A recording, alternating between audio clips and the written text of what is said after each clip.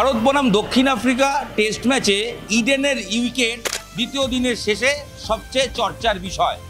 অনেকেই বলছেন খেলোয়াড়দের পারফরমেন্স ছাপিয়ে দিনের হেডলাইন হয়ে উঠেছে ইডেনের বিতর্কিত পিচ। ইডেনের পিচ নাকি ডান্সিং ফ্লোর কেউ বুঝতেই পারছেন না। তার কারণ ইডেনের উইকেটে দ্বিতীয় দিন বল বনবন করে ঘুরছে, এক একটা বল এক এক রকমভাবে ঘুরছে। যদি সহজ করে বলতে হয়, কোনো বল একই জায়গায় পড়ে যদি প্রথম বলটা 7 ডিগ্রি ঘোরে, পরের বলটা সেম জায়গায় পড়েই 9 ডিগ্রি টার্ন নিচ্ছে। আবার তারপরেই দেখা যাচ্ছে কোনো মুভ না করে, মুভমেন্ট না হয়ে, সুইং না করে কার্যত সোজা চলে যাচ্ছে। আসলে স্পিনারদের স্বর্গরাজ্য হয়ে উঠেছে ইডেনের উইকেট। দ্বিতীয় দিনের শেষেই যাবতীয় চর্চায় আলোচনায় ইডেনের উইকেট। কেন এরকম অবস্থা হলো? ভারতীয় দল এই উইকেট চেয়েছিল ঠিক কেন? যাবতীয় বিষয় নিয়ে কথা হবে। দ্বিতীয় দিনের ম্যাচ রিপোর্ট এই ভিডিওতে আপনাদের সঙ্গে থাকছে। ইডেনে ভারত বনাম দক্ষিণ আফ্রিকা টেস্ট ম্যাচ, ফ্রিডম সিরিজের প্রথম টেস্ট ম্যাচ। প্রথম দিন ভারত চালকের আসনে ছিল। প্রথম দিন আমরা জানি যে দক্ষিণ আফ্রিকার 159 রানে অল আউট হয়ে যাওয়ার পর দিনের শেষে 37 রানে 1 উইকেট ছিল ভারতের। দ্বিতীয় দিন সকাল থেকে খেলা শুরু করার পর যেই ধীর গতিতে বা স্লো বাট স্টেডি এই থিম ধরে ভারতীয় ব্যাটিং শুরু করতে চলতে থাকে।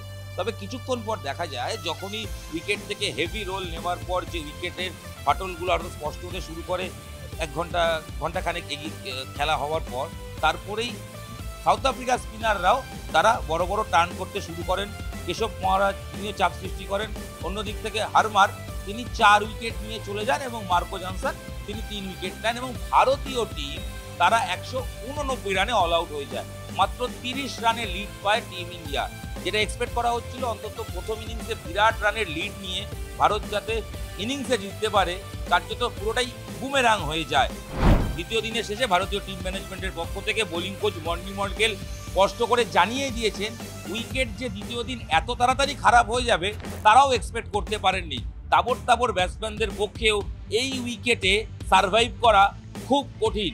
কথায় বলে যে এই উইকেটে টিকতে গেলে আপনাকে ঐশ্বরিক কোনো ক্ষমতার অধীন হতে হবে। তার কারণ কোন বল কি হচ্ছে কিছুই বোঝা যাচ্ছে না। সব মিলিয়ে দ্বিতীয় দিনের শেষে ভারত চালকের আসনে এইটুকু বলা যায় ঠিকই। তবে দ্বিতীয় দিন বড় চমকও হতে পারে, কারণ দিনের শেষে ভারতের লিড মাত্র 63 রানে। রান বানিও তারা দিচ্ছেন। কেন চালকের আসনে এখনও রয়েছেন? কারণ দ্বিতীয় ইনিংসে ভারতের বিরুদ্ধে দক্ষিণ আফ্রিকা আবার চাপে পড়ে গেছে। ইডেনের উইকেটে যেভাবে বল টার্ন করছে, রবীন্দ্র জাদেজার ভেলকি, সঙ্গে কুলদীপ এবং অক্ষর প্যাটেল 3 স্পিনার দিয়েই কার্যত গুড়িয়ে দিয়েছে দক্ষিণ আফ্রিকার ব্যাটিং লাইন আপ। একমাত্র আফ্রিকার অধিনায়ক, প্রোটিয়া অধিনায়ক টেম্বা বাবুমা তিনি মরিয়া লড়াই করছেন এবং তিনি চেষ্টা করছেন ম্যাচটাকে যতটা সম্ভব সেফ জোনে নিয়ে যাওয়া যায়। অন্তত এমন একটা স্কোর লিড নিয়ে ভারতকে সেকেন্ড ইনিংসে তারা ব্যাট করতে পাঠাতে চান যাতে তারা লড়াই করতে পারেন। তবে দ্বিতীয় দিনের শেষে স্কোর বোর্ড বলছে লড়াই কি আদৌ সম্ভব হবে? কারণ 7 উইকেট পড়ে গেছে। সাউথ আফ্রিকার 7 জন ব্যাটার তারা প্যাভিলিয়নে ফিরে গেছেন। তাদের স্কোর বোর্ডে মাত্র 93 রান। একমাত্র ভরসা বাবুমা তিনি তাতে দাঁত চেপে কঠিন লড়াইটা লড়ছেন। লিড দক্ষিণ আফ্রিকার পক্ষে মাত্র 63 রান। এই লিড অন্তত 150 রানের কাছাকাছি নিয়ে যেতে পারলে হয়তো ফোর্থ ইনিংসে সাউথ আফ্রিকার বোলাররাও আরও বেটার তারা কিছু করতে পারবেন। কারণ উইকেট থেকে বিরাট টার্ন হচ্ছে। সহজ কথায় বলতে হবে ঘূর্ণি উইকেট হচ্ছে। বল ঘুরছে লাট্টুর মতো, মাঝে মধ্যে একটু ধুলো উড়ছে। তাই এই উইকেটে ব্যাট করে টিকে থাকাটা খুব কঠিন। তাই ভারতকে আগামী দিন অর্থাৎ তৃতীয় দিন সকালে যেটা করতে হবে সেটা অবশ্যই দ্রুত বিপক্ষের 3 উইকেট নিতে হবে। আর দক্ষিণ আফ্রিকার প্ল্যান থাকবে, যেহেতু তারা ব্যাটিং টিম, তারা হেভি রোলার নিয়ে অন্তত ক্র্যাকগুলো যদি কিছুক্ষণের জন্য মেরামত হয় বা ঢাকা যায়, সেক্ষেত্রে প্রথম 1 ঘন্টা যদি ব্যাট করা যায় তাতে 10, 12, 15 ওভার ব্যাট করে অন্তত লিডটা 120+ নিয়ে যাওয়ার, যাতে বোলাররা তারা একটা স্কোর পান, এই উইকেটে তারা ফোর্থ ইনিংসে লড়াই করতে পারেন। মাথায় রাখবেন, বিশেষজ্ঞরা বারবার বলছেন 120-30 বা 150 রানের লিড হলে এই উইকেটে সেকেন্ড ইনিংসে ভারতের রান তোলাটাও কিন্তু খুব কঠিন। এছাড়াও ভারত একটা সমস্যায় রয়েছে, তাদের অধিনায়ক গিল সূত্রের খবর দ্বিতীয় ইনিংসে ব্যাট করতে পারবেন না। প্রথম ইনিংসেও তিনি ব্যাট করতে পারেননি। 4 রানের মাথায় 3 বল খেলার পর ঘাড়ের চোট নিয়ে তিনি মাঠ ছাড়েন। এবং ভারতীয় টিম ম্যানেজমেন্ট এবং সিএবি সূত্রে খবর গিলকে রাত্রেবেলা চিকিৎসার জন্য হাসপাতালে অ্যাডমিট করা হয়েছে। সেক্ষেত্রে তৃতীয় দিন তিনি মাঠে এসে হাসপাতাল থেকে ছাড়া পাচ্ছেন কিনা সেদিকে দেখতে হবে এবং তারপর তাকে নিয়ে এসে আদৌ যদি ছাড়া পান তিনি আদৌ ব্যাট করতে পারবেন কিনা সে ব্যাপারে অবশ্যই এটা কোশ্চেন মার্ক রয়েছে। অর্থাৎ ধরে নিতে হবে ভারতের হাতে মাত্র 9 জন ব্যাটারি থাকছে, গিলের মতো ব্যাটার থাকছেন না। তাই কম রানে আউট করে দ্রুত যশস্বী জয়সওয়ালের মতো ক্রিকেটার যদি দ্রুত রান তোলার চেষ্টা করেন তাহলে হয়তো ভারতের ক্ষেত্রে সেটা সুবিধে হবে। কারণ এই উইকেটে টিকে থেকে ম্যাচ বাঁচানো খুব কঠিন, লড়াই করাটাও খুব কঠিন। সৌরভ গাঙ্গুলির সঙ্গে আমরা কথা বলছিলাম, সৌরভ গাঙ্গুলি বলছিলেন যে ভারতীয় ক্রিকেট বোর্ড যা চেয়েছে সেটাই তো দেওয়া হয়েছে, বা ভারতীয় ক্রিকেট দল যা চেয়েছে সেই উইকেটই দেওয়া হয়েছে এবং 4 দিন উইকেটে জল দেওয়া হয়নি, সেক্ষেত্রে বল ঘুরবেই তো। তবে ঘনিষ্ঠ মহলে সৌরভও হতাশা প্রকাশ করেছেন, তার কারণ ইডেনে প্রথম দুদিন যেভাবে প্রায় 37,000 এবং দ্বিতীয় দিন প্রায় 44,000 লোক উপস্থিত হয়েছিলেন, তৃতীয় দিন অর্থাৎ সানডে সেদিন রবিবার প্রায় 50,000-এর বেশি লোক আসার কথা। তো সেক্ষেত্রে যদি মাত্র ঘন্টা দুয়েকের ম্যাচের ফয়সালা হয়ে যায়, মাত্র 2.5 দিনের কম সময়েও খেলা শেষ হয়, তাহলে লোক আসবেন কোথায়? টেস্ট ক্রিকেটকে আরও উজ্জীবিত করার জন্য যখন উদ্যোগ হচ্ছে তখন এইরকম উইকেটে খেলা হলে সত্যিই তো যারা আয়োজক হন সিএবি কর্তারা তারা তো হতাশ হবেন।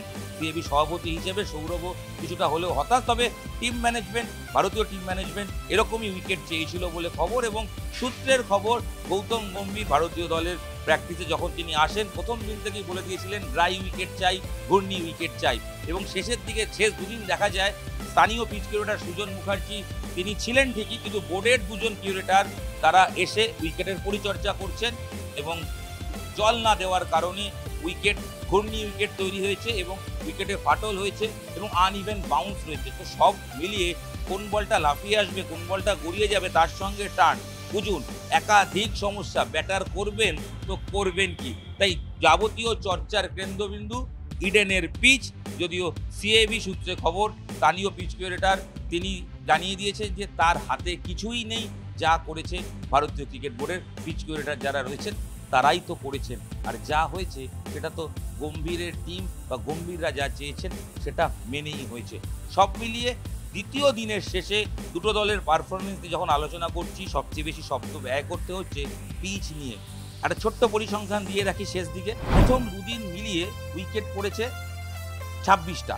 প্রথম দিন 11 উইকেট, দ্বিতীয় দিন 15 উইকেট। এবং ইডেনের দ্বিতীয় সেশনে যেখানে সবচেয়ে কম উইকেট পড়ে, ম্যাচের দ্বিতীয় দিন দেখা গেল 6টা উইকেট পড়েছে। সেকেন্ড সেশন এবং থার্ড সেশন আফটার টি সেখানেও 6টা, প্রথম সেশনে 3টে। সব মিলিয়ে 15টা ব্যাটার আউট হয়েছেন একদিনে দু দলের। প্রথম দিন 11, পরের দিন 15, দুদিনে 26 উইকেটের পতন। আর স্কোর বোর্ডে ব্যাটারদের স্কোর দেখুন, কেএল রাহুল, লড়াকু 39 ছাড়া কেউ 40ও ছুটে পারেননি 2 ইনিংসে। সব মিলিয়ে কোনো হাফ সেঞ্চুরিও নেই। বুঝতে পারছেন, টেস্ট ক্রিকেট যেখানে দর্শক আসেন লড়াই দেখতে, সেখানে ব্যাটারদের কাছে কার্যত এই পিচ কঠিন পরীক্ষা নয়, বদ্ধভূমি হয়ে উঠেছে। এ পিচে সারভাইভ করাটাই খুব খুব খুব কঠিন। কিন্তু কি করা যাবে, হয়তো ভারতীয় টিম এভাবেই তারা জিততে চান, ঘূর্ণি উইকেট বানিয়ে তারা বাজিমাত করতে চান। তাই শেষ ভালো যার সব ভালো তার, কথায় তো বলে। তাকিয়ে থাকতে হবে আমাদের তৃতীয় দিন, যে শেষ পর্যন্ত শেষ হাসি কে হাসছে। গম্ভীরের এই স্পিনিং উইকেটে সাউথ আফ্রিকা খুব তাড়াতাড়ি আউট হয়ে গিয়ে ভারত সহজে জিতে যায়, নাকি তারাও একটা বেটার রান সেকেন্ড ইনিংসে রেখে তারাও একটা মরিয়া লড়াই দেয় এবং নিউজিল্যান্ড সিরিজের মতো কোনো বুমেরাং হবে না তো? এই আশা আশঙ্কা দুটোই থাকলো। নিউজ 18 বাংলার ডিজিটালে আপনাদের সঙ্গে আমি ইরণ রায় বর্মন ছিলাম। এই ভিডিও এখানেই শেষ করছি। দেখা হচ্ছে পরবর্তী ভিডিওয়ে। ম্যাচ রিপোর্ট আপনাদের কীরকম লাগলো লিখে জানান, ভালো লাগলে শেয়ার করুন। ধন্যবাদ।